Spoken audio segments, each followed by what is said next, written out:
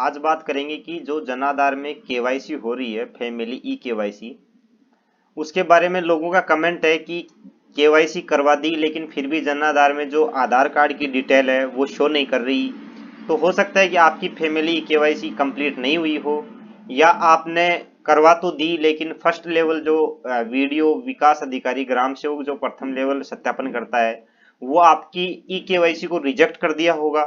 तो आपका वो डाटा जो आधार कार्ड का है वो जन आधार में नहीं गया होगा।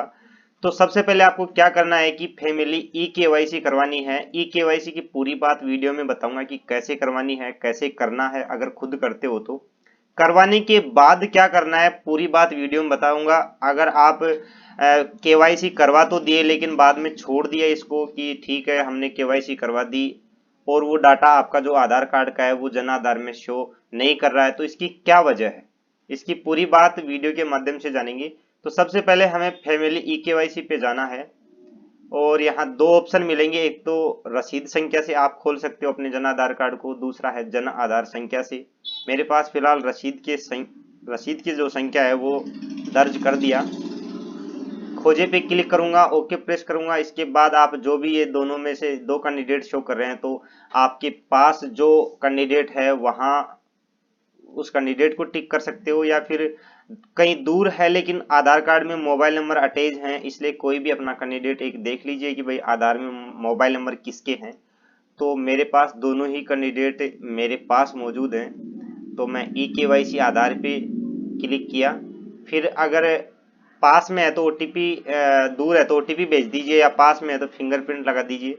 मेरे पास ही हैं तो मैं फिंगर लगा देता हूँ और आगे देखते हैं कि फैमिली ई केवाईसी में करना क्या क्या है। वीडियो में बने रहिए। देखिए मैंने फिंगर लगा दिया है और जो जन आधार का विवरण है वो हमारे पास पूरा खुल के सामने आ जाएगा और इनमें उन लोगों की केवाईसी शो करेगा जो आपको कंपलसरी है। देखिए इसमें लिखी हुई है ई केवाईसी पेंडिंग, यानी हमारे पास दो ई केवाईसी पेंडिंग हैं और ये 5 ईयर्स यानी 5 साल से जो छोटे बच्चे हैं उनकी केवाईसी कंपलसरी नहीं है। तो इधर अलग से ऑप्शन दे दिया है, आप करो तो करो, नहीं कोई दिक्कत नहीं है। तो मैं मेंबर जो भी आप करोगे उस मेंबर के आगे गो टू ई केवाईसी पे जाना है और ओके प्रेस करना है। ओके प्रेस करोगे वही प्रोसेस जो अभी बताया, ओके पे लगाया, सेलेक्ट किया, ई केवाईसी आधार किया। अगर पास में है तो ठीक है, नहीं ओटीपी सेंड कर दीजिए। मेरे पास नंबर अटैच भी हैं और पास भी हैं तो मैं ओटीपी से कर देता हूं। मेरे पास ओटीपी आ गए हैं, आपके पास भी ऐसे ओटीपी आएंगे और ओटीपी टी ओटीपी मान्य कर इस पे क्लिक करना है और देख लीजिए ई केवाईसी कंप्लीट। जो ये मेंबर है अभी हमने ओटीपी दर्ज किया है उसकी ई केवाईसी हो गई है। और मान लीजिए कि आपके पास अगर 5 मेंबर हैं, 2 मेंबर के आधार कार्ड में मोबाइल नंबर अटैच हैं और 3 के नहीं हैं और वो हमारे पास भी नहीं है, तो हमें जो हैं उनकी तो कर देनी है और जिनके वो लोग जो बाकी के नहीं हैं उनके या तो आधार में मोबाइल नंबर जुड़वा लीजिए या फिर जब वो आए तब उसकी केवाईसी कर दीजिए। जितने लोगों के मोबाइल नंबर अटैच हैं उनकी कर दीजिए, पास में हैं उनकी कर दीजिए, जो नहीं है उनका काम या तो वहाँ आधार कार्ड सेंटर पे जाके मोबाइल नंबर अटैच करवा लीजिए या फिर उस मेंबर का आने का इंतजार कीजिए। जैसे मेरे पास दूसरा मेंबर है, इस पे भी क्लिक किया, ओके प्रेस किया और इसका भी मैं बायोमेट्रिक करूं या फिर ओटीपी लेकर इसका सत्यापन ई केवाईसी कर देता हूं। तो थोड़ा स्लो चल रहा है तो ओटीपी भेज देता हूं मैं और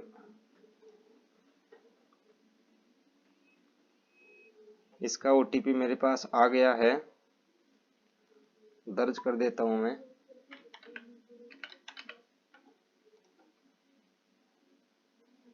देख लीजिए यहाँ 2 मेंबर थे जिनकी केवाईसी करना जरूरी था, कंपलसरी था। हमने दोनों मेंबरों की केवाईसी कर दी है और कंप्लीट ई केवाईसी प्रोसेस पे क्लिक करूंगा। देख लीजिए लिखा हुआ आ गया ई केवाईसी सक्सेसफुली कंप्लीट। आप इतना करवा करके छोड़ देते हो, आपको इतना करवा के छोड़ना नहीं है दोस्तों। आपको क्या करना है, यहाँ से करवाने के बाद आप अपने नजदीकी ग्राम पंचायत में जाकर के ग्राम सेवक से कहिए कि मैंने ई केवाईसी करवाई है, आप इसको वेरीफाई कीजिए। जब वो फर्स्ट लेवल से वेरीफाई करेगा तो सेकंड लेवल जो बीडीओ साहब होता है, पंचायत समिति में बैठता है, ब्लॉक लेवल पे बैठते हैं, उनसे हमें सेकंड लेवल करवानी है। और सेकंड लेवल करवाने के बाद ये हमारे विभाग जो डोइट होता है, जैसे मान लो मेरा जयपुर लगता है तो जयपुर जाएगा ये, और वहां से अनुलिपिकरण होकर के आएगा, तब जाकर के हमारा जन आधार कंप्लीट होगा। केवाईसी करवाई वो कंप्लीट होगी, जो आधार कार्ड का विवरण था वो जन आधार में ऑटोमेटिक आ जाएगा। कई लोगों का ये कहना था कि मैंने ई केवाईसी करवा तो ली है लेकिन आधार कार्ड गलत था, तो क्या सही हो सकता है क्या? तो दोस्तों उनके लिए मैं ये बात बता दूं कि अभी हमारे पास कोई ऐसा नोटिफिकेशन या कोई ऑप्शन नहीं है कि आप अगर एक बार ई केवाईसी करवा दो तो दोबारा से कोई ई केवाईसी करवा लो। नहीं, ऐसा कोई ऑप्शन नहीं है। आप ई केवाईसी तभी करवाओ जब आपका आधार कार्ड बिल्कुल सही होगा। नाम देख लो, जन्म तारीख देख लो, बाप का नाम देख लो, ये सब चीज देख करके, जेंडर वेंडर देख करके ही आप ई केवाईसी करवाओ। अगर आप ई केवाईसी गलत आधार कार्ड से भी करवा देते हो तो आधार कार्ड का जो विवरण है वो ही रहेगा जन आधार में, और सही करवा के ही करवाना है। मेरी राय तो ये है आपकी। और कई लोगों का ये कहना है कि मेरा आधार कार्ड बिल्कुल सही था, मैंने जन आधार में ई केवाईसी करवा भी दी है लेकिन अभी ई केवाईसी कंप्लीट नहीं हुई है, जन आधार का डाटा नहीं दिखा रहा। तो उनका कारण ये है कि आपने जन आधार की केवाईसी तो करवा दी लेकिन वो कहीं ना कहीं रिजेक्ट हो गई।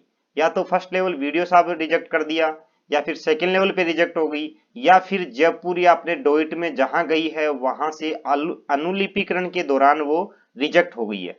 और रिजेक्ट होने के कारण भी बहुत से हैं, लिखे हुए आते हैं उसमें कि भाई आप जहां करवाए वहां जाकर के पूछ लीजिए कि भाई मेरा रिजेक्ट क्यों हुआ है। उसमें कारण लगभग लोगों का यही आ रहा है, मैंने भी की है, 2-4 लोगों के मेरे पास भी ऐसे ई केवाईसी जो है वो विफल हो गई है फर्स्ट लेवल पे। उसमें लिख के भेजा है कि सभी मेंबरों के दस्तावेज अपलोड कीजिए। तो आप ई केवाईसी करने से पहले देख लीजिए कि सभी मेंबरों के Aadhaar card, bank diary, ration card, ये सब चीज जुड़ी हुई है या नहीं है, अपलोड है या नहीं है। अगर अपलोड नहीं है तो सभी के आपको दस्तावेज अपलोड करने हैं। अगर आपके दस्तावेज अपलोड होंगे तो ही आपकी ई केवाईसी कंप्लीट होगी। तो दोस्तों वीडियो अच्छा लगा होगा। ई केवाईसी ये पहला तरीका ई मित्र पे जाके करवाने का था। दूसरा तरीका है आप अपने एसएसआई आईडी से भी ई केवाईसी कर सकते हो, सेम यही प्रोसेस रहेगी। अपने अपना एसएसआई आईडी ओपन करना है और उसमें सर्च करना है जन आधार। जैसे ही जन आधार सर्च करोगे तो आपके पास ऐसा डैशबोर्ड खुल के आएगा।